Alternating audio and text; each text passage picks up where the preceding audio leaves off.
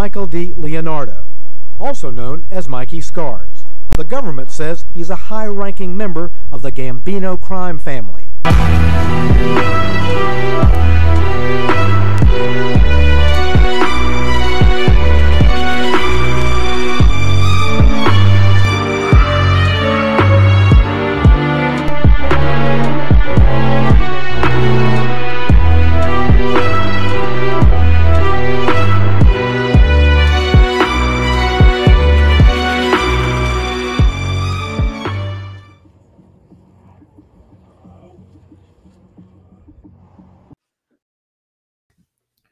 The Italian-American civil rights movement, sure, it was set up like a front to get rid of the stigma of mafia with every Italian, but it was a cover for the mafia, specifically with Joe Colombo's goals, to say we're being picked on by the FBI et al.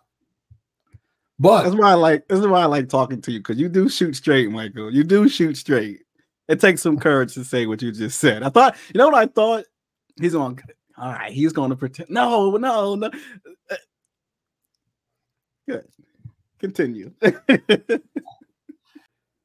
There should be a strong, powerful civil rights league today, but it just fell flat after that. It died out. Nobody had the motivation to do it anymore. And Joe Colombo left, in my mind, has left his mark on history. And look, he's got a son out there with a podcast. He knows what I know. He's around my age, I believe. I'm pretty sure he's around my age. His brothers, I'm with them every day when his father was around. His brothers are around their father all the time. I mean, Joe Colombo, the way he treated the people in that neighborhood, they loved him. You talk about John Gotti with fireworks show and all of that. No, when he gave them this voice, this pride, like we talked about, right? The chant was one. The Heidi ho was for the FBI protester, but the chant was one. We're united. We're one. It's unity. And he gave that to the Italian culture and the population. And he was loved in that neighborhood. Everybody was really sad that this guy was taken down like that. I know the mafia was mad at some of his behaviors. Do you think, I guess, I know you don't think that the mob killed Joe Colombo, but just playing devil's advocate for the sake of discussion, by him defying people like Carlo or whomever, the commission, why wouldn't they have? What reasons do you think that they wouldn't have killed Joe Colombo? I guess let me say it that way. Why wouldn't the mob have killed him? No, I think they had every reason to kill him. It sounds like contradiction, right? No, they had every motive and to kill Joe. He was out of order for who and what he was. He was not the face of the Italian-American Civil Rights League. He's supposed to hand that off. He defied what he really was. Cosa Nostra. He's bringing it into the spotlight too much. He's self-serving that his children were arrested for a crime, and he used this instrument, this body, to go protest the FBI. You think the mob at that time wanted to protest the FBI? There's no way. And then he says, on to Washington. I was there many times. It's in the video. On to what? He could have put hundreds of thousands of people in this country to go to D.C. You think at that time, in that life, they were going to tolerate that? Or that spotlight on them? No way. Now, sounds like motive enough, right? That enough mob guys were pissed off at him. You know how many mob guys were picketing with signs around their necks in front of the FBI building? Wise guys. He had his whole family out there protesting. He had other guys from other families in the beginning out there. Not guys that were later on made. in the 70s were out there. There was guys in the war that got murdered that were in those videos. So, my theory, if they wanted to kill Joe Colombo, they would have called him to a meeting. No noise, no fanfare, no public execution with cameras and cops and FBI and CIA and Secret Service all over that. The shooter or shooters, because one guy shot Joe Colombo, he died instantly. Who is he? Nobody knows. The guy who shot Jerome Johnson, nobody knows. It's never been caught. All those people around him, every witness that ever testified, right? And the Colombo family had a lot of them. Nobody knows. Nobody has said it. Now, tomorrow, maybe that guy in Arizona comes up with an idea. He had a dream last night. Maybe he'll come up with the shooter tomorrow after I do this show. But there would be a lie because it's never been said. So if the mob wanted to kill Joe Colombo, Joe Colombo's body never would have been found. He would have been called to beating. It would have been over. Now that's a good point. Why would they kill him? Why would they kill him like that in front of everyone who's cheering his name, all the Italian people, everything? Why even? That's a really, I didn't think about that, but you're right. Why would you kill him like that in that kind of setting? While he's surrounded by everyone that make it really hard to kill him. Did an Italian shoot JFK? Did an Italian shoot Robert Kennedy? Did an Italian shoot Martin Luther King? Come on, Malcolm X. The public executions are done by somebody who's very good at it. And that was a time of public executions. Massive public. Not public walking to the barbershop and shoot out on the stage of 4 guys. That's not public. It's in the public, but not in the public eye like that on TV. It was on TV at the time, all these executions, just about. So, no, he would have been called in. Joe Colombo would have disappeared, and they would have said, "Where's Joe tomorrow?" We don't know. Maybe he ran away. Now, one of the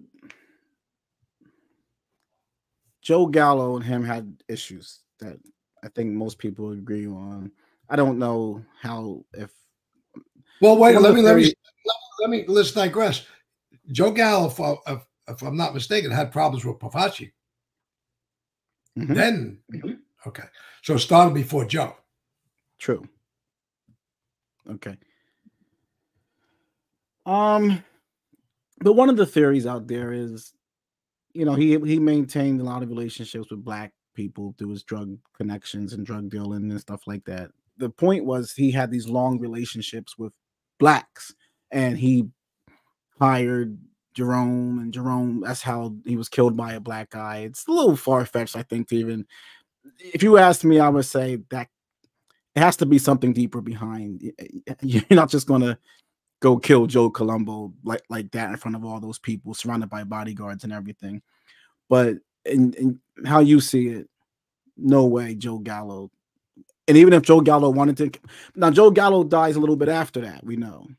Yeah. As what some suspect was a response to Joe Colombo, right? Isn't that to a certain extent? That's what. No. But why was Gallo killed? Well, he's being a little obstinate, I think, with the family. Don't forget, he kidnapped some people, didn't he? At one point. Well, yes, he did.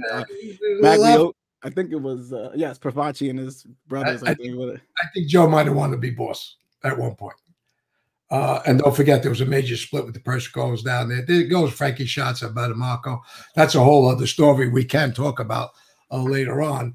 But you don't think Joe Gallo had shooters?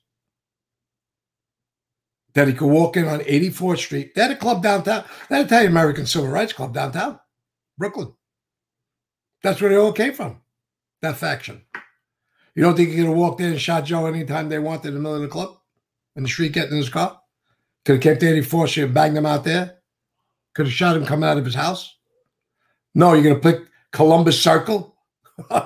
There's nobody ever going to convince me that was logical to do it there. That what happens if the shooter gets caught by the cop standing right next? There's a cop right there, right? Look at the video. Yeah, What it's if a strange. gets caught right there? What's he going to say? Yeah, I agree. It's as strange as Jack Ruby shooting Oswald right at the police station, right, and it snuck in through the back door and came in and shot him in the chest in front of all the cameras and all the reporters, and it just doesn't make sense to me that something like that happens that way. I just don't believe that. No. Great example, and I forgot that one, slipped my mind, but that's another example. Another sacrifice. Jack Ruby sacrificed himself like that. No, there's got to be more to it. Who knows what it is? But this guy's going to sacrifice himself? What does he think? He's going to be a hero, be on the front page? I don't think so. I don't think he was that stupid, or whoever it is, that would ever believe that. So, he left his mark. This civil rights thing was really huge. We protested another time. The Staten Island Advance newspaper, they used to pump out some negative articles about Italians and stuff going on there. He had us out there in the mud at the time. Staten Island wasn't what it is today. It was more like rural at that time in the 60s and early 70s. And we went out there and protested. And they told us, go there and wreck every truck. Like, we were 13, 14. You talk about my history, right? As a kid, how you grow up in the neighborhood and what your aspirations are. We were kids hanging out with the boss of the Colombo family every night on the corner. 84. Were you aware at the time? I know this might sound like a stupid question, but I'm just curious. Like, you knew this is the boss of the Colombo family. You knew that. 100%. Okay, just 100%. Don't forget, he's the guy who gave me the handkerchief for my face. Yeah, as a kid, I got that in the face. No, that was like I said, that corner was a mainstay corner for mob. Dagola lived there. Toto Dagola lived on 84th and 17th. So they, like I said, a very historic corner. And we were the kids in the neighborhood. He loved young guys. Another guy loved young guys. He did everything for us. There was a candy store, Malachi. I got a couple of people on here right from our neighborhood. John Travellino, his brother Pat. They'll remember this. There was a Malachi's candy store and that luncheonette. Right? We had carte blanche. We would go there, get egg creams as kids and ice creams and sandwiches. And Joe says, run up the bill. Don't worry about it. Whatever they do to kids, let them eat for free and drink for free. At carte blanche. We'd be out on the corner. I'd be 14 years old. Some of my friends were a little older than me, 15, 16. And there was a guy, Fat Philly, the Aguati. What we did to him, we tortured this guy. The Joe says, please, could you just leave him alone? We burnt his car. 84th Street. We tortured him. He was a man. He was an adult. But he tried to abuse us, and we would give him flats. We would screw with his engine. Then one day, the car just burnt. And Joe says, could you leave him alone? We're standing on the corner, and the newspaper came out like at 12 o'clock, 11 to 12 o'clock, to post to the news. Now, we're on 17th Avenue and 84th. We used to get the papers usually on 85th and 18th or 20th Avenue and 86th Street. And he turns to Philly one day, and he goes, Philly, go get me the newspaper. And he looks at Joe and says, Joe, send the kids. He said, I didn't ask the kids. I asked you. Go get me the paper.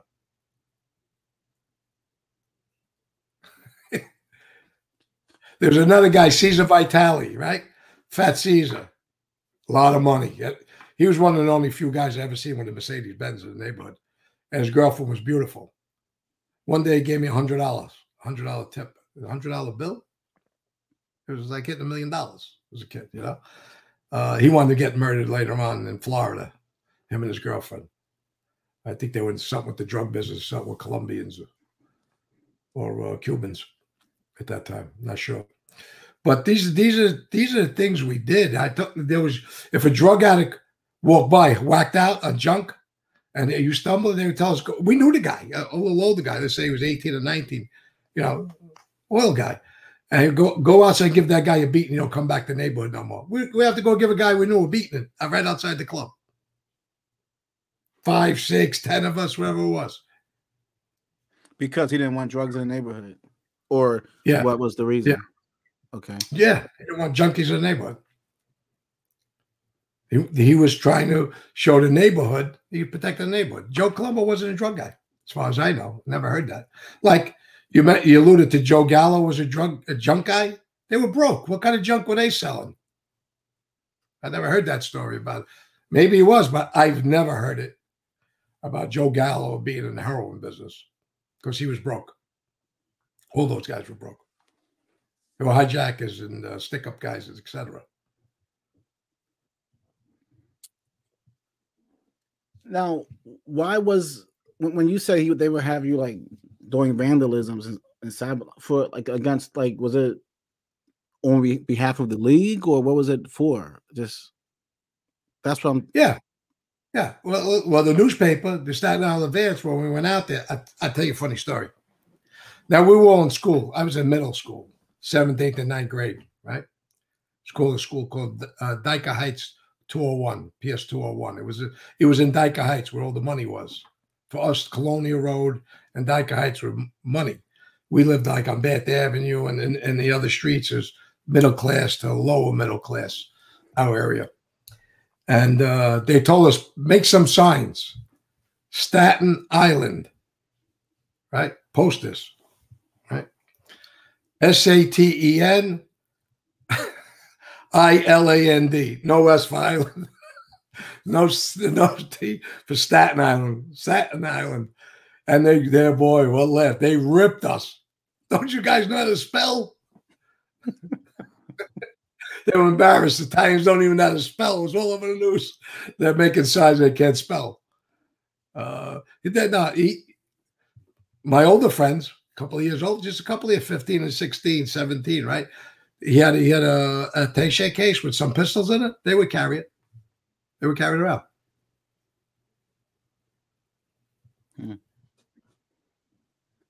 So in the neighborhood, so I know I read in your testimony before that he would come to your grandfather's house a lot or drop off. Like, was it Carlo that bring pastries? You said or something. No, that was Carlo.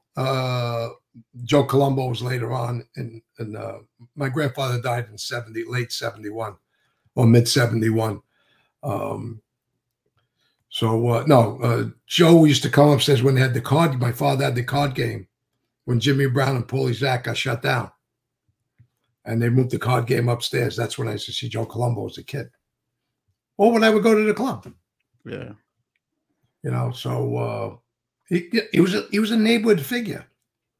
Joe Colombo used to hang out on 86th Street in Cantalupo Realty. Cantalupo's son Joe wound up flipping on him. Joe Cantalupo. Flipping on the Colombo guys. But Joe was there every day on 86th Street. Now, you know what the Veterans and Friends Club was? It's the next block. You could throw a half a throw. You're right there. Joe Colombo's sister had a beauty parlor right there. Yeah. So it was in the neighborhood. I mean, his brother-in-law and sister lived right across the street. Went from Dyker Park where he played ball. Right, all right there. So, look, these figures, these people were part of the fabric of our neighborhood. It wasn't like, yeah, sure, you used to say, hey, there's Joe Colombo. But it was Joe Colombo. He was in the neighborhood. It wasn't like somebody, like a movie star came in from out of the name and said, hey, look who's here. What's he doing here? Hey, there's Joe over there. Even when I got older, there's Gas Pipe over there. There's Vic. There's Christy Tick. There's Paul. They were part of the neighborhood, but they showed up at times, and they're like part of us. We owned them. You know what I mean? They were ours. Even the neighborhood, they were ours. We owned these people. They helped us. They protected the neighborhood. It was different than it became later on in the 80s, and the 90s was a disaster. Found neighborhood with drugs and people dealing drugs in schoolyard. So it was a different mentality. Joe was very, very visible, always in the street. He wasn't a white tower guy. He was like a soldier. He just was around all the time. But you've seen when he became boss, how assertive he was. And it was impressive as a kid to see that. He was left in a vegetative state. I think for like 7 years or so, something like that. Died 7 years later. Yeah, right. Yep. 6 years, 7 years. I was at the wake. I went to the wake. Oh, you did go? Okay. That's what I was going to ask you. Me and all my friends, we all went. St. Bernadette's Church on 13th Avenue, down the block from where he lived. That's what I was wondering. So a neighborhood guy like that, when he died, was it like when he finally did? I guess people knew at some point it was going to come, so I guess it wouldn't come by surprise. But was it like a big thing in the neighborhood or any kind of thing, anything that the neighborhood did to recognize him or anything? Yeah, a lot of people went to the church. He got an outpouring. Yes, he did. People didn't forget. If you look at that video, and hopefully Mikey could get to put it up, but if you don't know how to do it, maybe RJ, you can help because it's a long video. Are you we can boss put it on of the Patreon. Mafia? You'll just see the joy in not. people's faces. Is there a Mafia? that they not. had this group, that they galvanized, singing. They're singing Italian songs all the time. You know, he would have, like I said, 84th Street have singers coming. They would sing.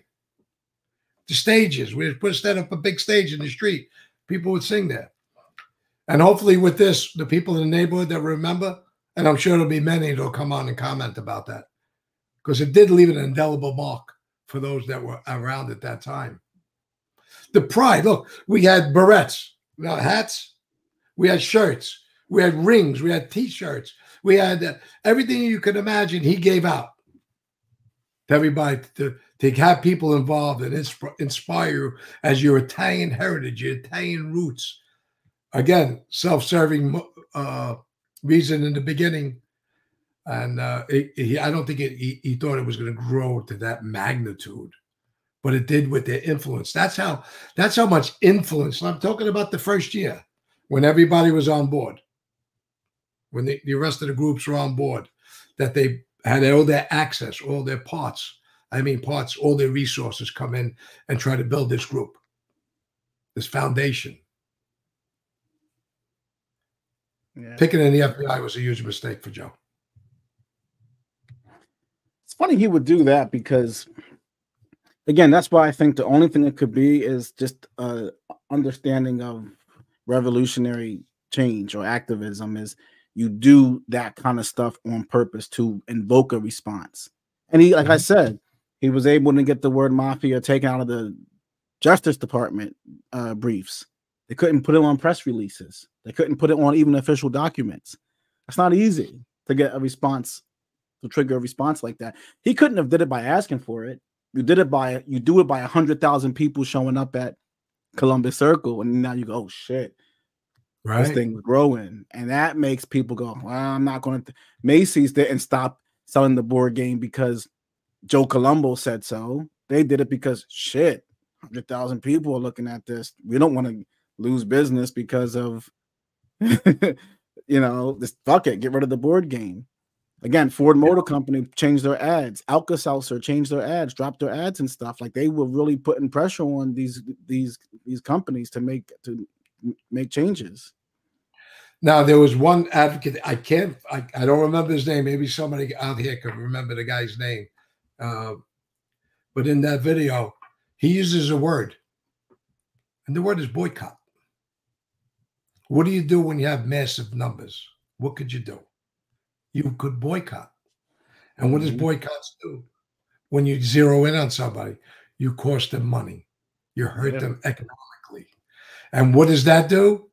It gives you a voice. It gives you leverage. It gives you power when you could do that on a massive scale. This thing grew so fast, so strong, that it became the threat to many. It's my opinion. Yeah, some academic somewhere, because sometimes this stuff's just a matter of the right people getting involved. Some academic or someone should really do a narrative on some kind of thing, because if someone talks about it and brings it up, it will create. That's how things make their way into academic study, because this is really fascinating history. I find that I like this. I've always enjoyed studying Italian culture because their initial struggles in this country were no different than any other group that came to this country. They weren't welcomed. Xenophobia was for real. They were not wanted.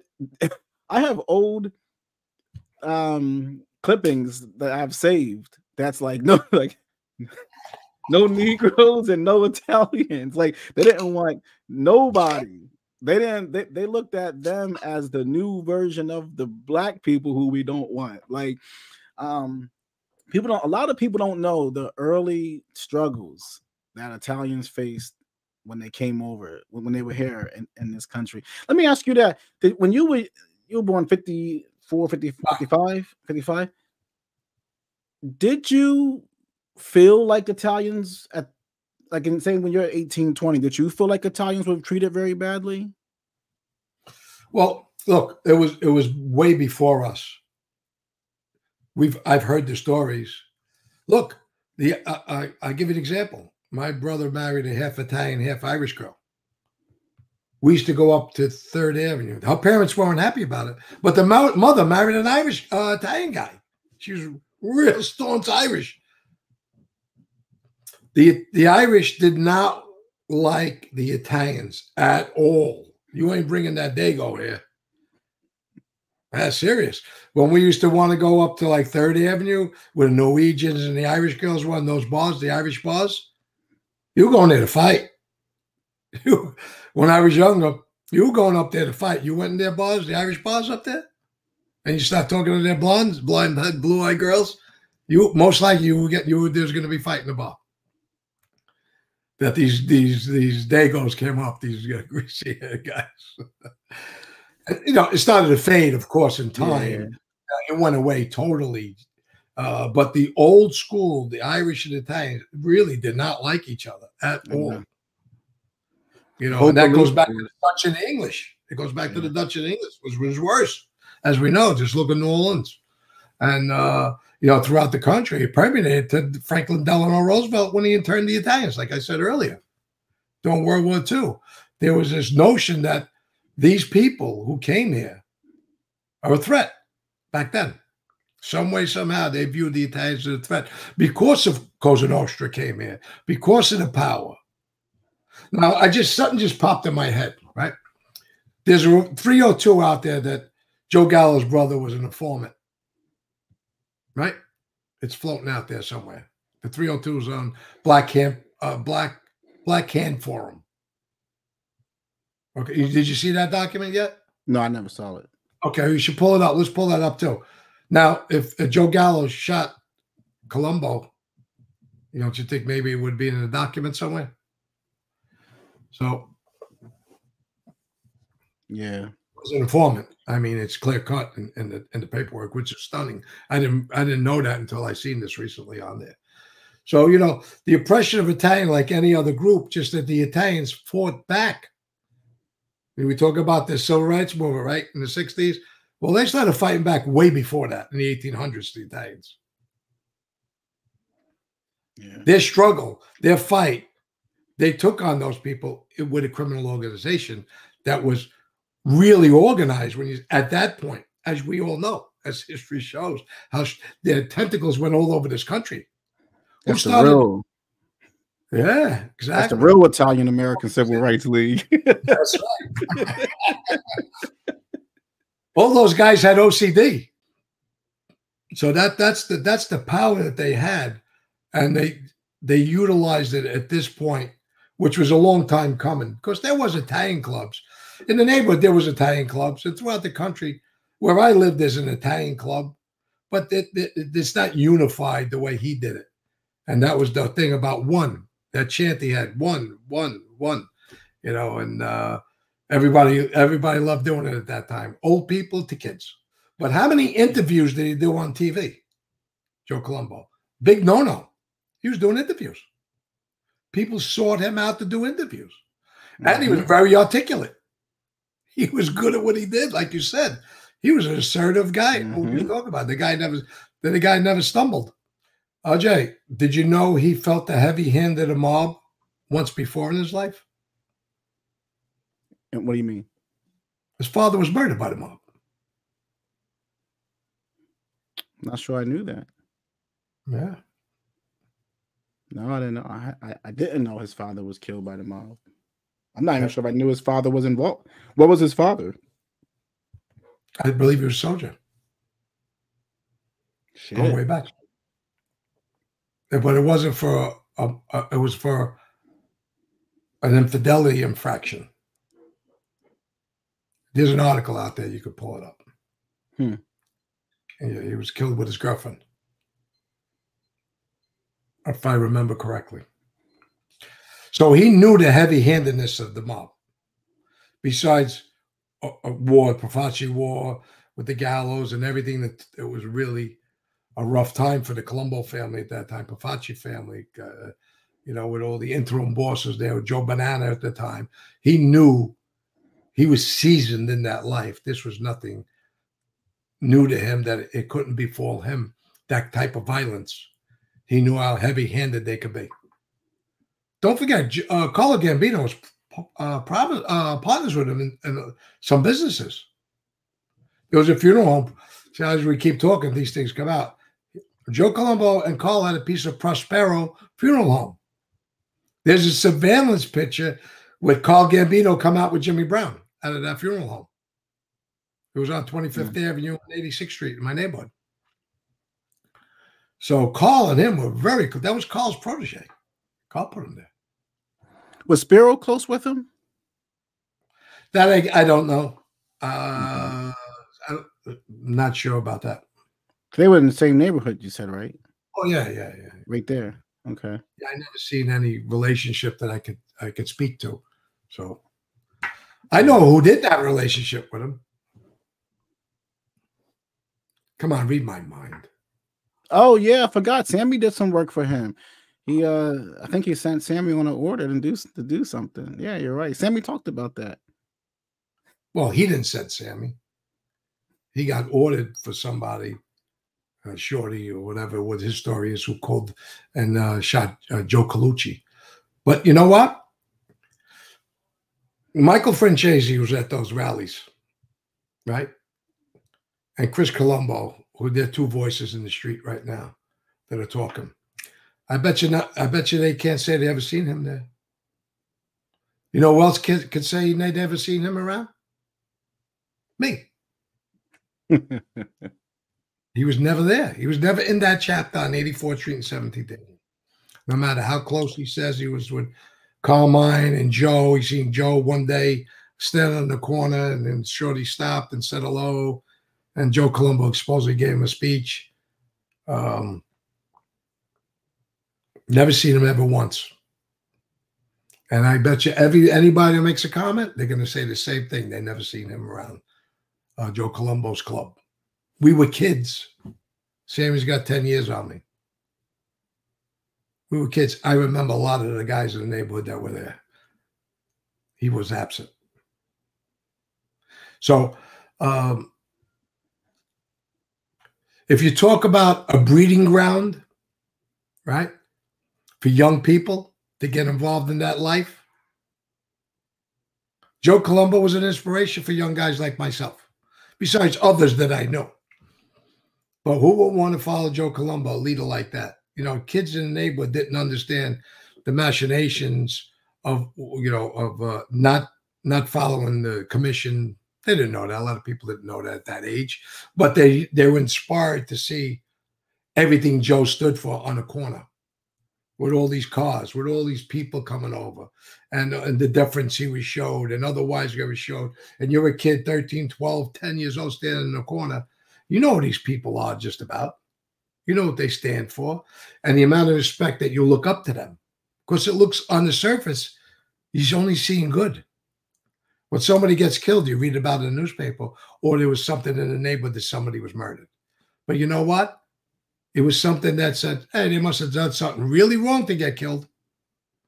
It was okay. And that inspired a lot of kids to do what I did in that life. Want to be part of it.